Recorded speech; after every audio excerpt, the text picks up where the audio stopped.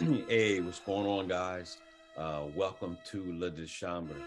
And in this video, we want to examine a portion of episode 6 of the Disney Plus series Moon Knight. And we also want to see what echoes lead us to the sacred text. Let's begin right here. The scene that we want to put our examination tools towards is the scene where Arthur Harrow completes his mission and he's able to free the goddess Ammit from her prison. As he frees, or after he frees her from her prison, he becomes her avatar, and she immediately wants to go on her mission. Now, her mission is to purify the world. Her mission is to purify the world, first in Cairo, then in the rest of the world. Okay, purify. How? What type of power does Ammit have? How does she demonstrate her power? Now, we find her in battle with another god called Khonshu. And so Khonshu is fighting her because he says he punishes people who commit evil. But Ammit says, so do I, only I don't give them the satisfaction of committing it. So you have these two gods battling over over evil. One saying they punish people after they commit evil, and then you have this other God who says, no, I punish them before they commit evil. Well, let me add another God into the mix, and this is a God from the book, the Bible, the sacred scripture, Adonai. So we talked about Ammit, we've talked about Khonshu, but let's talk about Adonai.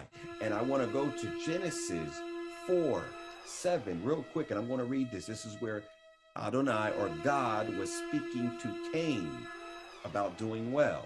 And so he says this in verse 7, if you do well, will you not be accepted? And if you do not do well, sin is crouching at the door. Its desire is contrary to you, but you must rule over it. So we see this God right here, Adonai, is giving man a choice. You can do well or you can do evil. And I'm also letting you know you have power to overcome the evil that might come against you. So that is very interesting. So you have, going back to Moon Knight, you have Ammit, who wants to purify souls. She wants to purify the world by killing unrighteously. Now we contrast that with Adonai, who wants to purify you as you continuously die willingly, as you continuously die willingly to evil. And let's add something else to this, something else that the God Adonai does. And in Romans 5:8, it says, while we were yet sinners, Christ died for us. Adonai sent his son, or God sent his son and died for us while we were yet sinners. So this God that we're talking about right here, while I'm committing evil, this God sacrificed his life for me. Now, if you remember, Khonshu called Harrow a sinner, meaning that Harrow was already condemned. But according to the passage I just read, we are not already condemned. We have a choice to make. We can make a choice.